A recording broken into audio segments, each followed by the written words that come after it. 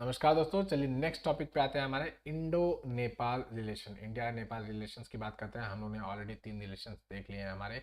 India China, India Pakistan, India Bangladesh हो चुका है। अब है नेपाल। इसके बाद भूटान होना चाहिए, बट भूटान के बारे में हम लोग नहीं पढ़ेंगे। वाई? बिकॉज भूटान के साथ हमारे कोई भी डिस्प्यूट्स वाले रीजन नहीं है। ठीक है, हमारा कोई भी डिस्प्यूटिंग इश्यूज नहीं है। इनफैक्ट अगर आपको लोग बता दूं तो Bhutan is completely completely complete most, अगर सबसे अभी तक किसी के साथ हमारे रिलेशनशिप कभी मतलब छोटी मोटी अगर फ्लक्चुएशन के सिवा अगर कभी भी अच्छे ही रहे हैं तो भूटान ही एक कंट्री है। ठीक है, इनफैक्ट कुछ कुछ चीज़ों के लिए छोटे मोटे इश्यूज की वजह से हमारे बीच में मतलब माइनर इश्यूज इकोलॉजी से रिलेटेड मोस्टली वो इन इश्यूज के ऊपर भूटान ने हमारे ऊपर कुछ ना कुछ मतलब भले कहा हो, लेकिन ये कभी भी हमारे अगेंस्ट में किसी भी फोरम में, इनफैक्ट किसी भी जगह पे ये कभी भी हमारे अगेंस्ट में नहीं जाता। जो हम बोलते हैं वैसा ही कहता है। तो भूटान का हम लोग नहीं पढ़ने वाले। ओके, तो भूटान का रिलेशनशिप वैसे हम लोग को पढ़ने की जरूरत नहीं।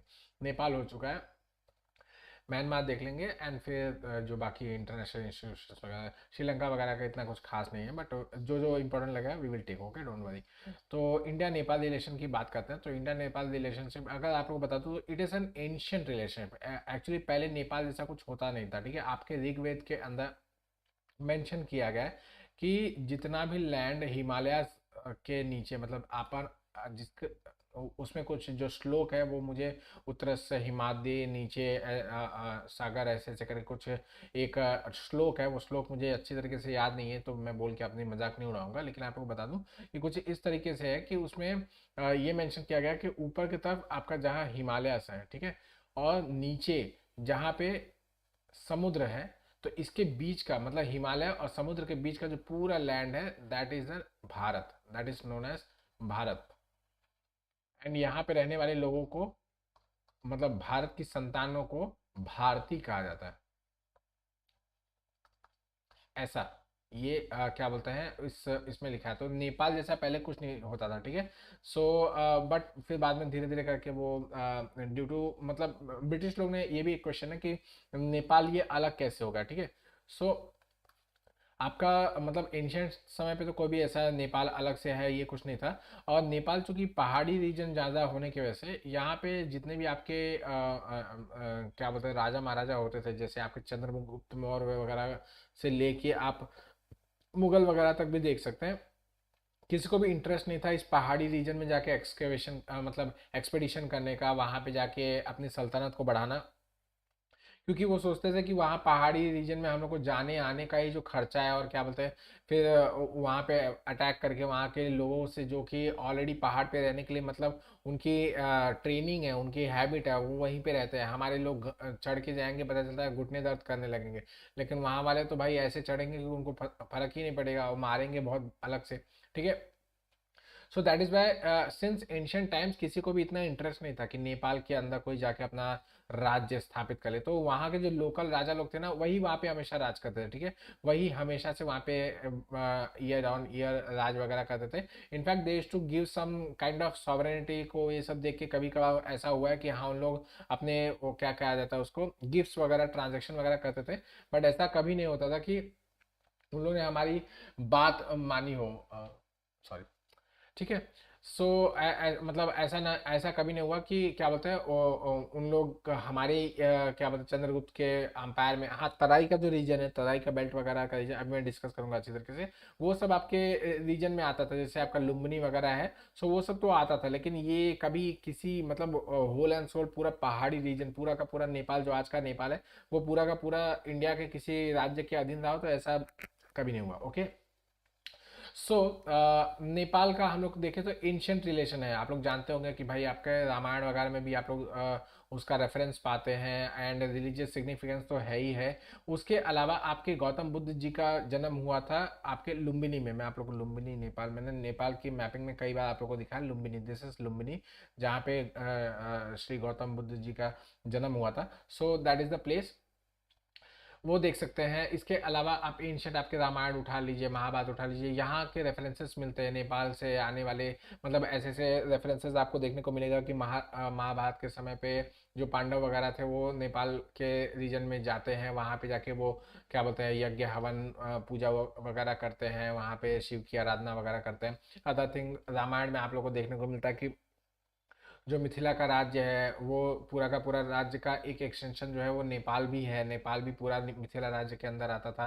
एंड क्या बोलते हैं काफ़ी बड़ा मतलब होने का ये सब दावा वावा उसमें देखने को मिलता है। खैर उसमें नहीं जाऊंगा, इंपॉर्टेंट यही है कि भाई आप लोगों को पता होना चाहिए कि वी हैड एंशियंट एंड क्या बोलते हैं आपके ट्रेडिशनल, कल्चरल, हिस्टोरिकल, इस तरीके के सारे टाइज हमारे नेपाल से थे, ठीक है।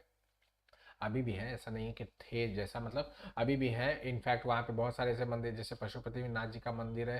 तो हर एक मतलब हिंदू धर्म के जो भी मतलब शैव धर्म वाले हैं या शैव को शिव जी को मानते हैं, तो वो सब वहाँ पे जाना पसंद करते हैं। वहाँ पे वी हैव पोरस बॉर्डर, ये भी मैं बताता हूँ। सिर्फ आप आईडी कार्ड दिखा के, आधार कार्ड दिखा के आप जा सकते हैं एंड आप आ सकते हैं, कोई दिक्कत नहीं है। इसको इसके लिए कोई आपको वीज़ा वो सब लेने की जरूरत नहीं। इनफैक्ट वहाँ के कितने ही लोग यहाँ पे आते हैं, रेगुलर बेसिस पे काम करते हैं। 1 करोड़ से ज़्यादा लोग काम कर रहे हैं यहाँ पे, ठीक है। नेपाली, अगर आप लोगों को कह दूँ, जो नेपाली सिटीजनशिप जिनकी है वो 1 करोड़, सॉरी ये तो 1 लाख हो गया, 1 करोड़ से ज़्यादा लोग हैं जो कि क्या बोलते हैं इंडिया में रह रहे हैं, काम कर रहे हैं और यहाँ से फिर वहाँ जाते हैं, छुट्टियों वगैरह में जाते हैं। आई हैड सम फ्रेंड्स जो कि नेपाल से थे, यहाँ पे पढ़ते थे, ठीक है। सो दिस इज द क्या बोलते हैं आप मतलब हमारा रिलेशनशिप इतना प्रगाढ़ है, हमारा इतना रिलेशनशिप इतना एंशियंट है और आज तक वो वैसा वैसा चला रहा है। There are some fluctuation, there are some issue, disputes वगैरह भी है, वो हम लोग देखेंगे लास्ट वाले पार्ट में। बट पहले आप लोग का प्रोज वगैरह देख लेते हैं, okay. So this is the thing.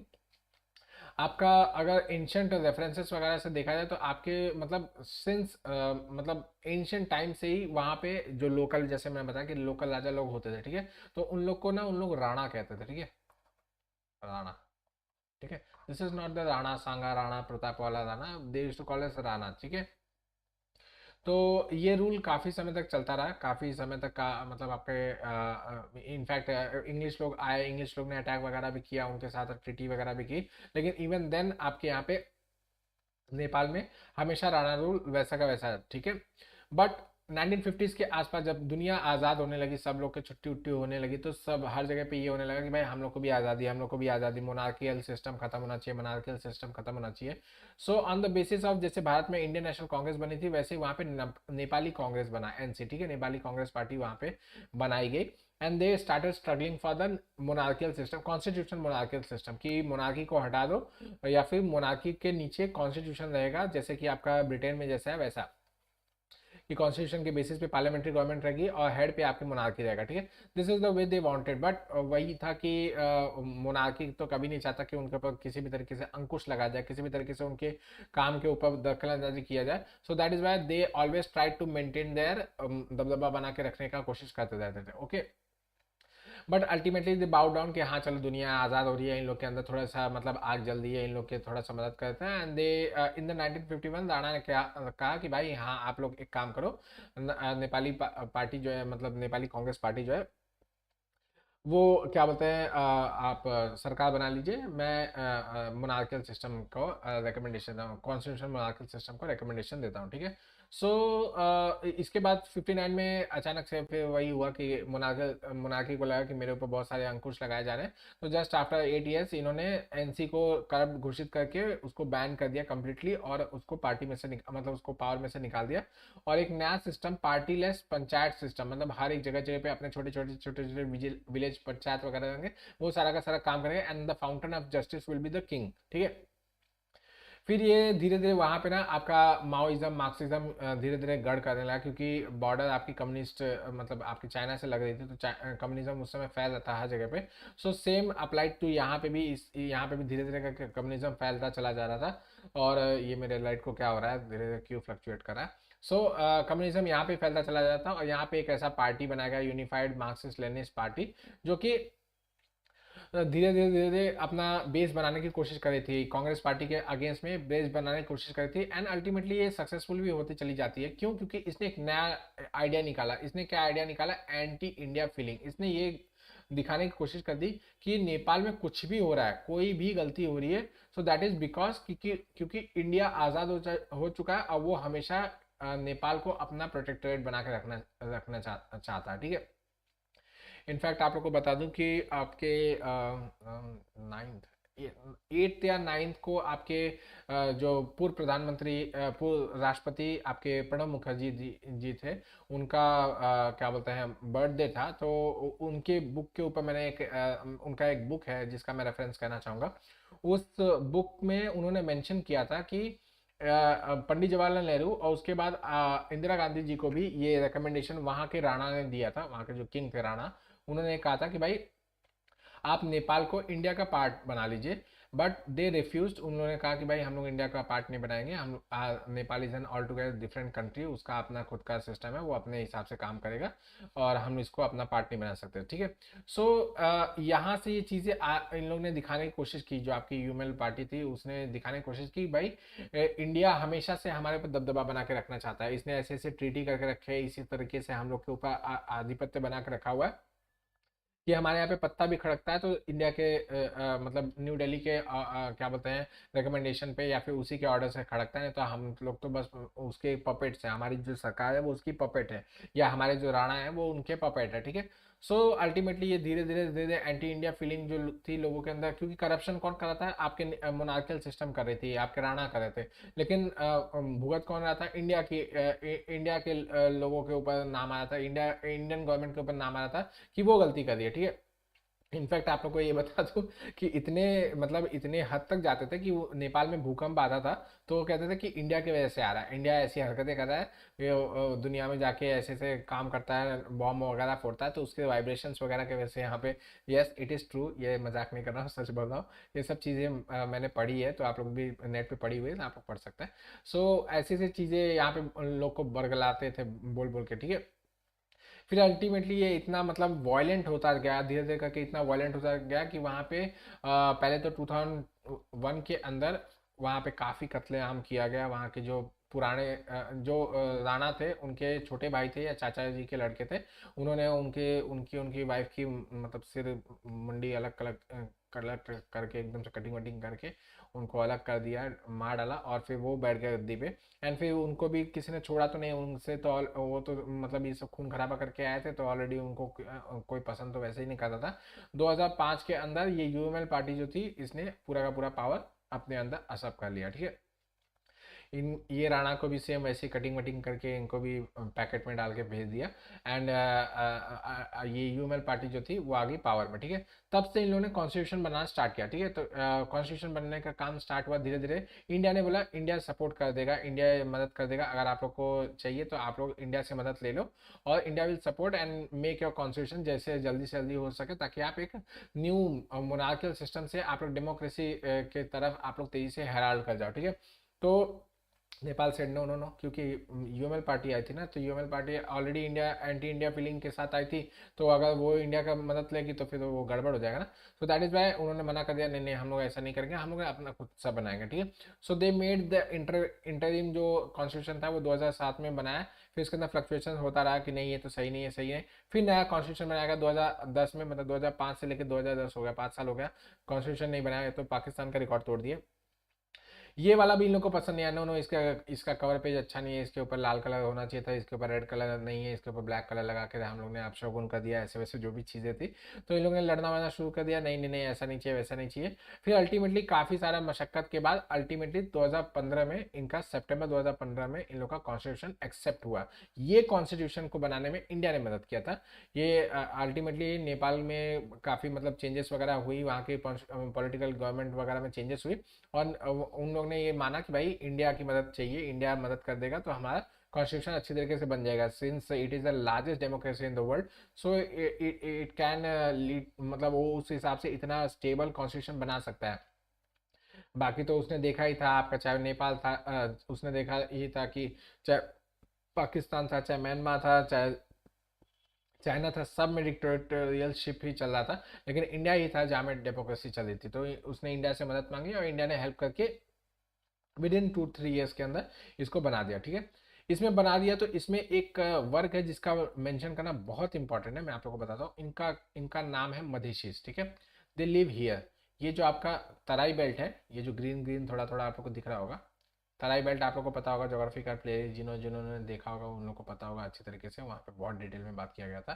So this is the reason, आपका तराई रीजन, ठीक है।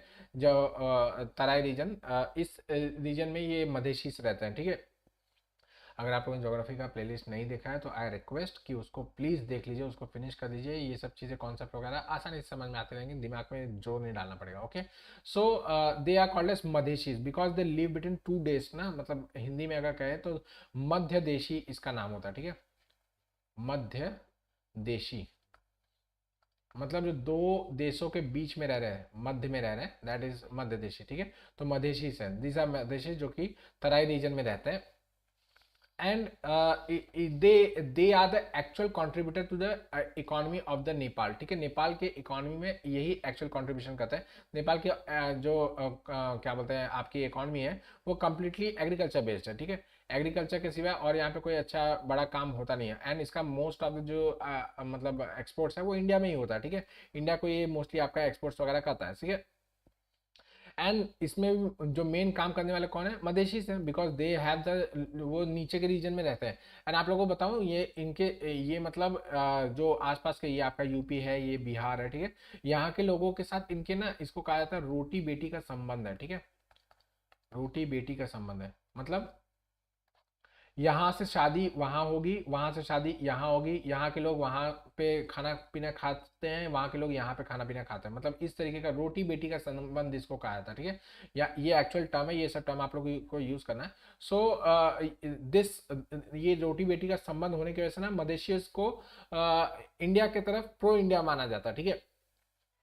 सो ये जो आपका जो एग्रीकल्चर का मैंने बताया कि एक्सपोर्ट वगैरह इंडिया में जो किया जाता है, so actually these are done by this Madheshis, ठीक है। तो वो हमेशा इंडिया के प्रो में रहते हैं। एंड ऑल्सो प्रॉब्लम ये है कि दे आर लाइक सेक्लूडेड, वो उनको थोड़ा सा ऊपर का जो मतलब आप देख रहे हैं कि 90% से ज़्यादा एरिया जो है वो पहाड़ी है। तो यहाँ पे जो लोग रहते हैं, गोरखा लोग जो रहते हैं, दे डोंट कंसिडर देम, मतलब आपके मधेशीज को अपना पार्ट नहीं समझते, ठीक है।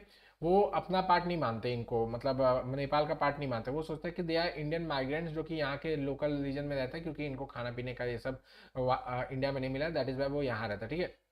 जो भी है उनका जो भी मानसिकता है। सो मदेशीस वांटेड कि हमारे साथ ये निग्लेक्शन का भाव ना रखे। अब since the constitution is been made, so नए कॉन्स्टिट्यूशन में हम लोग को एक अलग प्रोविंस दिया जाए, हम लोग को एक अलग प्रोविंस दिया जाए जो कि मधेशी प्रोविंस होना चाहिए, ठीक है। सो दे होप कि जो 2015 में जो इंडिया की मदद से आपका कॉन्स्टिट्यूशन बनाया जाएगा उसके अंदर मधेशीस को एक सेपरेट प्रोविंस मिल जाएगा।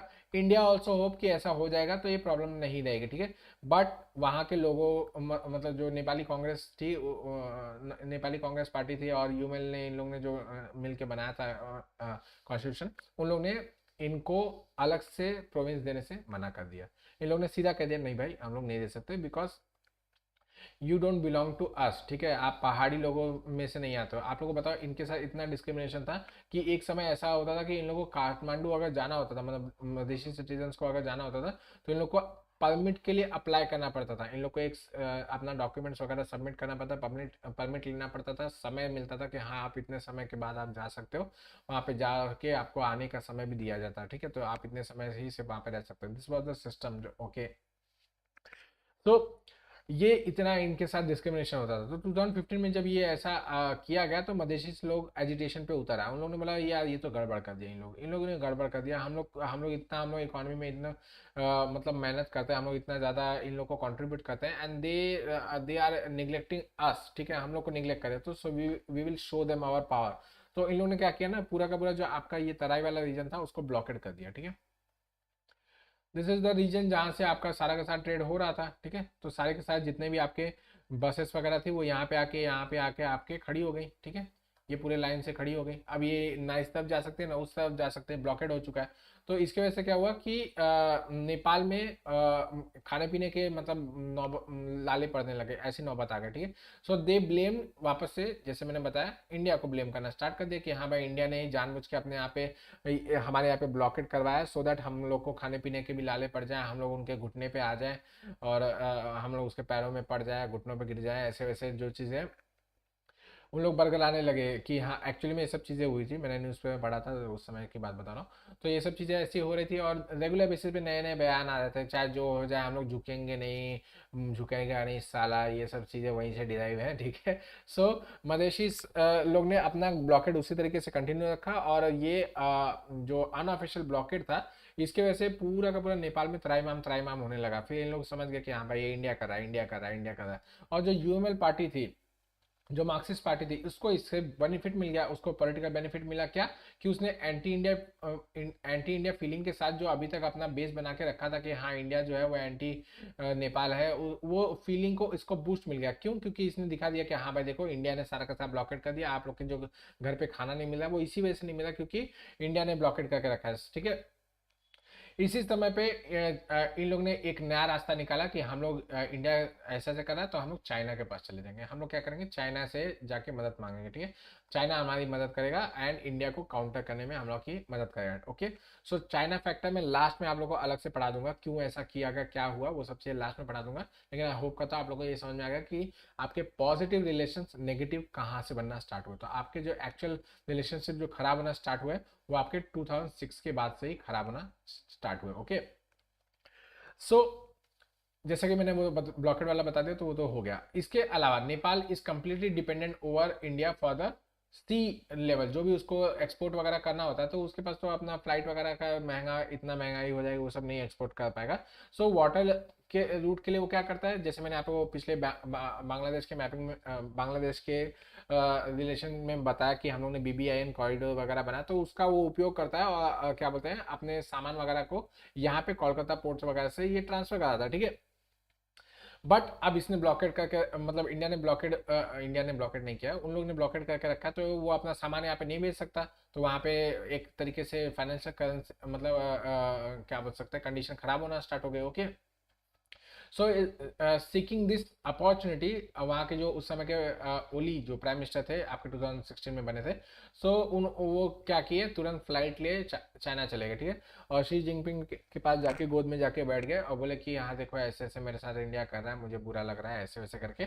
सो दे ही सेड कि चलो कोई बात नहीं, हम क्या बोलते हैं, आपकी मदद कर देंगे एंड हम लोग आपके वहाँ तक रोड लेके आएंगे, रेलवे भी लेके चले जाएंगे, आप लोग उस रेलवे और रोड के रास्ते से अपना सामान हम लोग को भेज दिया करो, हम लोग इसको ट्रांसफर कर देंगे, ठीक है। और इन्होंने BRI प्रोजेक्ट के ऊपर जाके सिग्नेचर भी कर दिया कि हाँ हम लोग BRI के मेंबर भी बन गए, ठीक है। सो इस समय से हमारे इनके बीच में खटास थोड़ी बढ़ गई। क्यों? क्योंकि India opposes BRI project, India opposes की इस तरीके से कोई भी यूनिलैटरल डिसीजन अगर क्या बोलते हैं नेपाल ले रहा है against India in the sense कि वो उसके दुश्मनों से जाके हाथ वाथ मिला रहा है, सो ये सब उसको अच्छा नहीं लगा। हालांकि इंडिया ने कुछ बहुत बड़ा इशू क्रिएट नहीं किया, बट प्रॉब्लम यही थी कि भाई अब तो मतलब वो क्या कहता है ना, चिड़िया चुग गई खेत, अब वो हाथ से निकल चुका था, ठीक है। सो यहाँ से आपका इश्यूज वगैरह बढ़ना स्टार्ट होते हैं, ओके। टेरिटोरियल डिस्प्यूट की बात इसी समय पे कर देता हूँ कि 2019 के अंदर इंडिया ने एक नया पॉलिटिकल मैप, आपका 8th एडिशन का मैप जो है उसको पब्लिश कराया 2 नवंबर को, ठीक है। इसने पब्लिश किया, इसमें कुछ चेंजेस नहीं किया, ये चेंज किया था सिर्फ और सिर्फ आपका जो आर्टिकल 370 का एबॉलिशन हुआ था, तो उसके बाद एक कंपल्शन हो गया था कि एक नया मैप जारी करना चाहिए इंडिया को। तो उस मैप को जारी किया गया बाय द इंडियन गवर्नमेंट, ठीक है। इंडियन गवर्नमेंट ने आपका जो आपका जियोलॉजिकल सर्वे ऑफ इंडिया है, उसने ये क्या बोलते हैं मैप को जारी किया। मैप को जब जारी किया गया तो इसके अंदर यहाँ पे दिखाता हूँ, ये यहाँ पे ना महाकाली रिवर है, ये देखिए छोटा सा दिख रहा है, ठीक है, ये महाकाली रिवर है, ठीक है। ये ऐसे फ्लो करती है, ओके, ऐसे बॉर्डर से होके फ्लो करती है, ऐसे फिर जाके घाघरा में मिल जाते हैं, ठीक है। So this was demarcated as the boundary between India and Nepal by the Britishers, ठीक है।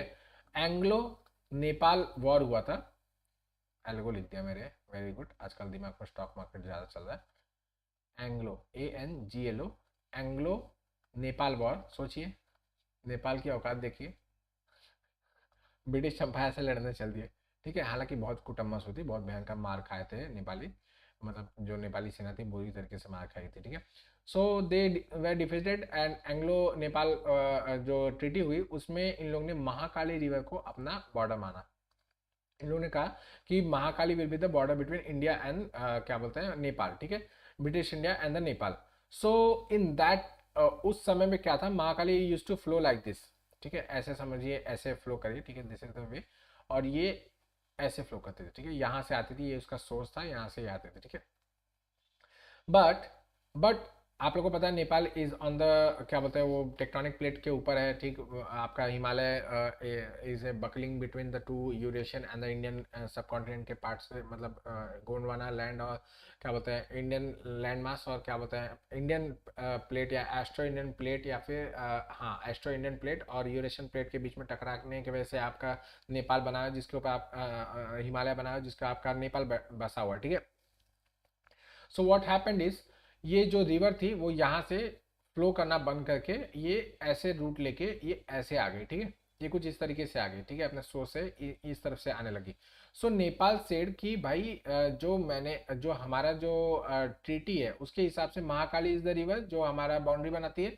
सो नाउ दिस रीजन, ये जो आपका रीजन है, इसका कलर चेंज करता हूँ, कोई कलर लेता हूँ, व्हाइट कलर, व्हाइट कलर, अरे यार shit, pink colour, this is the reason.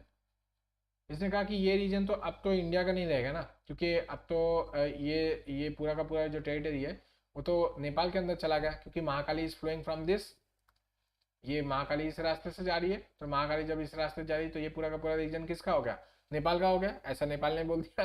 तो इंडिया ने बोला पागल हो गया क्या, जब हुआ था ट्रीटी उस समय का देखा जाएगा कि आज का देखा जाएगा, कल को ये पूरा का पूरा इंडिया के साइड से जाके इंडस से जाके मिल जाएगी तो तू बोलेगा इंडिया पूरा का पूरा तेरा हो गया क्या, पागल है, दिमाग खराब हो गया क्या, क्या पिया है अभी। तो नेपाल ने क्या किया कि नेपाल भी इससे चिढ़ गया कि नहीं भाई देखो, मैं ऐसा ऐसे ठीक से बात नहीं किया, इसने भाई ने मेरे से ठीक से बात नहीं किया, मैं भी एक काम करूंगा, मैं भी इसको ना नीचा दिखाऊंगा। उसने नीचे दिखाने के लिए क्या किया, उसने खुद अपने यहाँ पे भी मैप जारी कर दिया, उसने भी एक मैप जारी कर दिया कि क्या बोलते हैं, हम लोग भी हम लोग ने वो जो रीजन है वो पूरा का पूरा उसने अपने में दिखा लिया, जो मैं आपको रीजन बता रहा हूँ, ये रीजन, मतलब ऐसे वाला, तो यहाँ पे एक छोटा सा रीजन है, ठीक है, इसके अंदर तीन एरिया है, एक तो काला पानी एरिया है, एक तो लिम्पादुरिया एरिया है, और एक लिपुलेख पास है, ठीक है। लिपुलेख पास आप लोग के साथ मैंने बात किया हुआ है, कई बार डिस्कशन हो चुका है, ठीक है, पास डिस्कस हो चुके हैं। सो ये तीनों रीजन को इसने कहा कि ये मेरा है, ठीक है। इंडिया सेट की लिपुलेख से तो आज नहीं, अनादिकाल से, कब मतलब किसी का रेफरेंस भी नहीं है हमारे पास, इतने महाभारत और रामायण में लिखा हुआ है कि लोग लिपुलेख के दरिया से होके जाके मानसरोवर की यात्रा करते थे। तो आज आप अचानक से आ गए और बोलते हो कि लिपुलेख आपका है, कैसे आपका हो गया भैया, मतलब किसने आपको दे दिया लिपुलेख का दरिया, लिम्पादुरिया और आपका ये काला पानी का रीजन, ये आपको किसने दे दिया। तो उसने बताया भाई ये तो दीवार ऐसे ऐसे टर्न खा गए, तो बोला दिमाग मत खराब कर, चल भाग भाग ऐसे। But this was just to appease China, ठीक है, this was just to appease China कि हाँ हमारे बीच में इससे पहले कोई टेरिटोरियल डिस्प्यूट, सॉरी, इससे पहले कोई भी टेरिटोरियल डिस्प्यूट नहीं था। इनफैक्ट जो 2019 के अंदर आपका जो ये मैप जारी किया गया था 8th एडिशन, इसमें नेपाल वाला रीजन में कोई चेंजेस किया ही नहीं गया था, सिर्फ और सिर्फ आपके जम्मू कश्मीर का जो रीजन था उसको बाइफिकेट किया गया था, तो that is why it was changed, वो वाला सिर्फ मैप चेंज किया गया था, बाकी पूरा का पूरा इंडिया वैसा का वैसा ही रखा गया था, कुछ भी चेंजेस नहीं लाया गया था। But even then Nepal wanted a dispute का पॉइंट होना चाहिए, सो दैट उनके यहाँ पे जो इलेक्शंस होने वाले थे उसमें वो कोई पॉइंट लेके लड़ सके, ठीक है। तो वही हुआ कि इलेक्शन में फिर वो जीत के आगे जो भी हो गया, तो बाद में फिर खैर अभी तो रिसेंटली उनका उनकी तत्ता पलट हो गई और ओली चले गए और दहाल आ गया, ठीक है। सो दिस इज द एक पॉइंट ऑफ कंटेंशन हो गया, ओके। नेक्स्ट नेक्स्ट आपका डिस्प्यूटिंग का प्रॉब्लम है इंडिया के इंफ्रास्ट्रक्चर प्रोजेक्ट का काम करना। मैंने आप लोगों को बताया था कि भाई इंडिया के ऊपर एक मस्त ट्रैक रिकॉर्ड है कि ये प्रोजेक्ट स्टार्ट कर देता है पर कंप्लीट नहीं कर पाता, एंड टाइम तो छोड़ ही दीजिए, जितना इसने टाइम दे दिया होता है उससे तो काफ़ी ज़्यादा ही आगे चला जाता है, ठीक है। वी हैव द सिस्टम, ठीक है, हमारे यहाँ पे तो भाई बैंक के लाइन में भी लोग परेशान हो जाते हैं कि कब तक होगा, बेवजह का अंदर फ़ोन पे बात करते रहते हैं, ठीक है। So this is the way आपका, दिस इज व्हाट एक बहुत बड़ा प्रॉब्लम है इंफ्रास्ट्रक्चर के। कई सारे प्रोजेक्ट्स मतलब आपके रोड, रेलवेज, डैम्स वगैरह, कितने सारे प्रोजेक्ट्स इंडिया ने चालू करके रख दिए, लेकिन वो बना नहीं पाया अभी तक। वो किसी का आधा हुआ है, किसी का तिया हुआ है, किसी का अगर पूरा हो चुका है तो उसके ऊपर कोई निरीक्षण नहीं हो रहा, उसका मेंटेनेंस वगैरह ढंग से नहीं हो रहा। तो this is all the thing जिसकी वजह से कई सारे वहाँ पे प्रॉब्लम वगैरह, जैसे आपका 2008 में वहाँ पे कोसी का बांध बनाया गया था, वो पूरा का पूरा टूट गया, ठीक है। क्यों? उसका मेंटेनेंस वगैरह नहीं ढंग से कराया गया था, तो टूट गया। टूट गया तो वहाँ पे इतनी भयंकर फ्लडिंग आई थी, उसकी वजह से वो बिहार में बहुत भयंकर फ्लडिंग हुई थी, काफ़ी जान मान की हानि हुई थी। बट इवन देन अभी भी वापस से वही सब कंडीशन है, ठीक है। नेक्स्ट एनर्जी सेक्टर, नेपाल को हाइड्रोलॉजिकल हाइड्रो पावर का एक हब माना जाता है। क्यों? क्योंकि उसके अंदर इतनी सारी आपके रिवर्स वगैरह, इतने सारे रिवर्स वगैरह वहाँ पे है कि क्या बोलते हैं, इंडिया उसको टैप करके हाइड्रोलॉजिकल पावर को टैप करना चाहता है और उसका उपयोग करना चाहता है अपने और नेपाल के बेनिफिट के लिए। नेपाल को वो एक बहुत बड़ा हिस्सा नेपाल को दे देता है कि हाँ भाई आप रखो ये सारा का सारा एनर्जी जो प्रोड्यूस हुआ है, उसका कुछ हिस्सा इंडिया अपने पास रखता है। एंड जो इंडिया नेपाल को दे देता है उसका, सपोज कीजिए एक एग्जांपल से बताओ कि 100 यूनिट की बिजली अगर बनती है, तो इसमें से 2/3 से ज़्यादा इंडिया दे देगा उसको कि 70% आप रख लो, ठीक है, 70% आप रख लो, ठीक है। और जो 30% है वो इंडिया ले लेगा, ठीक है। इसमें भी 70% नेपाल के किसी काम का नहीं आता, तो इसमें से भी आपको 30% 40% इंडिया खरीदता है। इंडिया पैसे पे करके खरीदता है, ठीक है, जिसको उसने खुद ही बनाया हुआ है। इंडिया पैसे पे करके खरीदता है। बट वही है कि भाई इसने काफ़ी सारे प्रोजेक्ट्स वगैरह बना के चालू करके रख दिए, लेकिन उसके ऊपर कंप्लीशन अभी तक नहीं हो गया है। ऐसे अरुण 1, अरुण 2, अरुण 3 प्रोजेक्ट्स, ऐसे बहुत सारे प्रोजेक्ट्स वगैरह हैं। आपके कोशी रिवर के ऊपर प्रोजेक्ट वगैरह था, आपके नारायणी रिवर के ऊपर प्रोजेक्ट था, वो सब कुछ सब ऐसे बन मतलब वही है, लिम्बो में पड़े रहते हैं, ठीक है। नेक्स्ट, अभी 2019 के अंदर मोतिहारी अमलेखगंज पेट्रोलियम की पाइपलाइन, फर्स्ट पाइपलाइन यहाँ पे लगाई गई, जिसका ये हाइट है, मतलब इंटर कंट्री फर्स्ट पाइपलाइन वगैरह बनाई जा रही है। एंड इट हैज़ बीन, मतलब ये कम्प्लीटली बन भी चुका है। थैंक्स टू पावरफुल गवर्नमेंट आने की वजह से थोड़ा सा ये हो गया, तो हमारा थोड़ा सा रैपो बन रहा है अच्छा, थोड़ा सा रिपोर्ट बन रहा है अच्छी तरीके से कि हम लोग अपने प्रोजेक्ट्स वगैरह को लॉन्च भी करते हैं, उसको फिनिश भी करने की कोशिश करते हैं। बट वही है कि बात, जो एक टैग लग गया कि हाँ हमारे प्रोजेक्ट्स वगैरह हम लोग कंप्लीट नहीं कर पाते, तो उसको मिटाने के लिए हम लोग को अभी काफ़ी समय लग जाएगा और काफ़ी टाइम लग जाएगा, ओके। कनेक्टिविटी प्रोजेक्ट सेम वैसे ही जैसे मैंने बता दिया, रोड के प्रोजेक्ट्स है, आपके वाटरवेज के प्रोजेक्ट्स वगैरह इसने स्टार्ट करके रखे हुए हैं, लेकिन वो कंप्लीट नहीं कर पाए। यहाँ पे आप देखिए इंडिया के फंडेड आपके 14 क्या बोलते हैं रोड है, जिसका 7 का कंप्लीशन होता है, तो हाफ ही समझिए कब से स्टार्ट है रोड के प्रोजेक्ट्स वगैरह, ठीक है। और हमारे यहाँ पे इतना सा भयंकर रोड का प्रोजेक्ट्स वगैरह चलता रहता है, वहाँ पे भी हम लोग नहीं करवा पा रहे, ठीक है।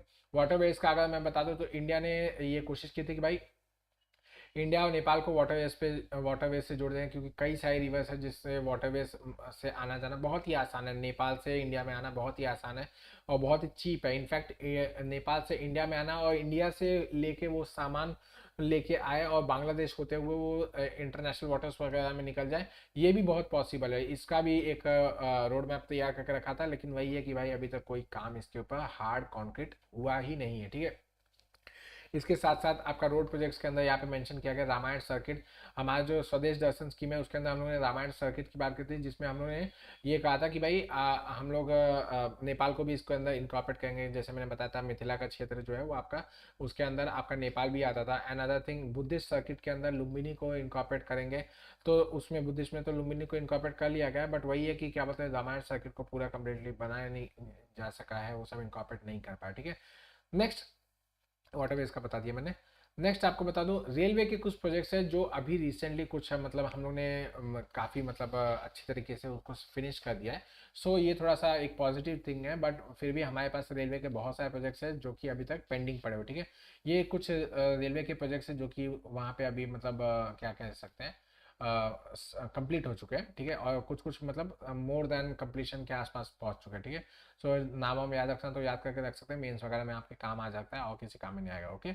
इसके अलावा हम लोग ने 4 इंटीग्रेटेड चेक पोस्ट अभी रिसेंटली बोले थे, जिसमें से हम लोग 2 बना दिए हैं और 2, ये 4 है, जिसमें 2 बन चुके हैं और 2 क्या बोलते हैं कंस्ट्रक्शन करवाया जा रहा है, ठीक है। लास्टली आते हैं चाइना फैक्टर, जो मैं आप लोग को बताया था चाइना फैक्टर। तो चाइना के पास जाने का या नेपाल का जो प्रॉक्सिमिटी है वो चाइना के लिए क्यों और बढ़ती चली जा रही है, वो ये उसके बारे में बात करते हैं। तो इंडिया की पॉलिसी एरर्स, अभी तक मैंने आप लोगों को जो बताया कि भाई न्यू दिल्ली हमेशा से, मतलब इंडिया हमेशा से काठमांडू को यही समझता है कि हाँ ये कहाँ जाएगा बेचारा, एक तरफ तो उसका पहाड़ है, पहाड़ को लांग के चाइना में जाने वाला नहीं है, उसका जो ढलान है पहाड़ का वो इंडिया की तरफ है, तो वो नेचुरली फ्लो करके इंडिया में ही आएगा ना, घिसर गुंडी करके वो इंडिया में ही आएगा, ठीक है, समझ में आ रहा है। कहीं से भी तरीके से वो कहीं दूसरे देश में नहीं जाएगा। लेकिन प्रॉब्लम यही है कि भाई वो ओल्ड टाइम्स था जब रेलवेज और क्या बोलते हैं फ्लाइट वगैरह की बहुत कमी होती थी, और लोग जनरली ऐसे रीजन में जाना पसंद करते हैं जो कि प्रॉक्सिमिटली आसान हो, तो लोग इंडिया की तरफ आना नेचुरल समझते थे बजाय चाइना के जाने के। लेकिन चाइना आज एक इकोनॉमिक हब है, इकोनॉमिक पावर है, और वो क्या बोलते हैं इंफ्रास्ट्रक्चर वगैरह में इतना इन्वेस्टमेंट वगैरह कर रहा है, वो नेपाल वगैरह को क्या से क्या नहीं बना सकता, ओके। और इंडिया के प्रोजेक्ट्स वगैरह तो ऐसे लिम्बो में पड़े रहते हैं, नेपाल उसके नेपाल बोल रहा हूँ, चाइना जो है वो अपने सारे प्रोजेक्ट्स वगैरह कंप्लीट करते चला जा रहा है, तो नेपाल क्यों ना उसके पास जाए, ठीक है। दैट इज वाई एक इसके पास ये हुआ कि भाई इंडिया के इन जो इंडिया हम लोग को जो एक हल्के में ले रहा है ना, हम लोग इसको दिखाएंगे, ओके। नेक्स्ट, पीपल डिसबिलीव, तो मैंने आप लोग बताया एंटी इंडिया फीलिंग के साथ वो लेके आया, उसके वजह से आज एंटी इंडिया फीलिंग वहाँ पे काफ़ी ज़्यादा हो चुके हैं। दो ऐसा नहीं है कि सब के सब एंटी इंडिया है, लेकिन ये है कि वहाँ पे एक फीलिंग सबके दिमाग में है, okay. Next, over reliance on India. तो इंडिया के ऊपर इतना ज़्यादा पहले से ही ये सिंस एंशियंट टाइम मैंने आप लोगों को बताया कि भाई ये हमेशा से इंडिया से ही सब कुछ करता रहा है। इनफैक्ट जितना भी उसका ट्रेड वगैरह जो भी आना जाना, जितना भी एक्सपोर्ट इंपोर्ट जो भी था, सब कुछ हमेशा इंडिया से ही जुड़ा हुआ था। कहीं बाहर तो निकल नहीं सकता, एक तरफ आपका चाइना है, दूसरी तरफ इंडिया है, तो चाइना की तरफ से जा नहीं सकता क्योंकि ग्रेटर हिमालय से उसको पार करके जाना मुश्किल नहीं नहीं नामुमकिन है। लेकिन आपका जो दूसरा तरफ है उस तरफ इंडिया बैठा हुआ, तो इंडिया से आपको होके जाना ही जाना है, ठीक है, और तो कोई रास्ता बचा नहीं था। तो वो अपने किसी भी मतलब रोडवेज, रेलवेज, हाईवेज, किसी भी तरीके से एयरवेज वगैरह से सबसे उसको इंडिया से होकर जाना था, तो इंडिया के ऊपर उसका डिपेंडेंसी बहुत ज़्यादा था, ओके। नेक्स्ट, इंडिया का डिले वही सेम मैंने जो बता दिया, ओके। नेक्स्ट है पोटेंशियल बेनिफिट फ्रॉम चाइना। तो मैंने आपको बता दिया भाई पोटेंशियल बेनिफिट फ्रॉम चाइना हो सकता है, क्यों? क्योंकि एक तो ये चाइना की जो एक मेजर, वैसे तो कम्युनिस्ट लोग कोई रिलीजन नहीं मानते, लेकिन वहाँ पे जो रिलीजन मानी जाती है वो बुद्धिज्म है, ठीक है। तो बुद्धिस्ट लोग कहाँ जाना पसंद करेंगे? बुद्ध के घर पे, जहाँ पे बुद्ध का जन्म हुआ था, तो वो लुम्बिनी में है, लुम्बिनी और नेपाल में है, तो इसके लिए वो लोग चाहेंगे कि भाई, इसके लिए वो चाहता है कि भाई जितने भी इतना बड़ा जो मार्केट है आपका, जापान, चाइना, साउथ कोरिया, ये सब का जो मार्केट है वो मैं हार्नेस कर सकूँ, लोग यहाँ पे आए, ओके। आइडियोलॉजिकल बेसिस भी कहा जाए तो मैंने बताया कि नेपाल में कम्युनिस्ट गवर्नमेंट आ चुके हैं, यूमेल की कम्युनिस्ट गवर्नमेंट आ चुके हैं। सो दे वांट कि हमेशा उन लोग नेपाल के पास चाइना के प्रो चाइना रहे हमेशा, क्योंकि भाई वो भी कम्युनिस्ट है, वो भी कम्युनिस्ट है, तो हमेशा एक दूसरे के स्वर में ही बोलेंगे ना। सो this is all about Indo China relation, Indo Nepal relation. Let's move further. कल आप लोग से फिर मुलाकात करूंगा एक नए वीडियो के साथ, तब तक ऐसे पढ़ते हैं। थैंक यू मैच, चलिए बाय।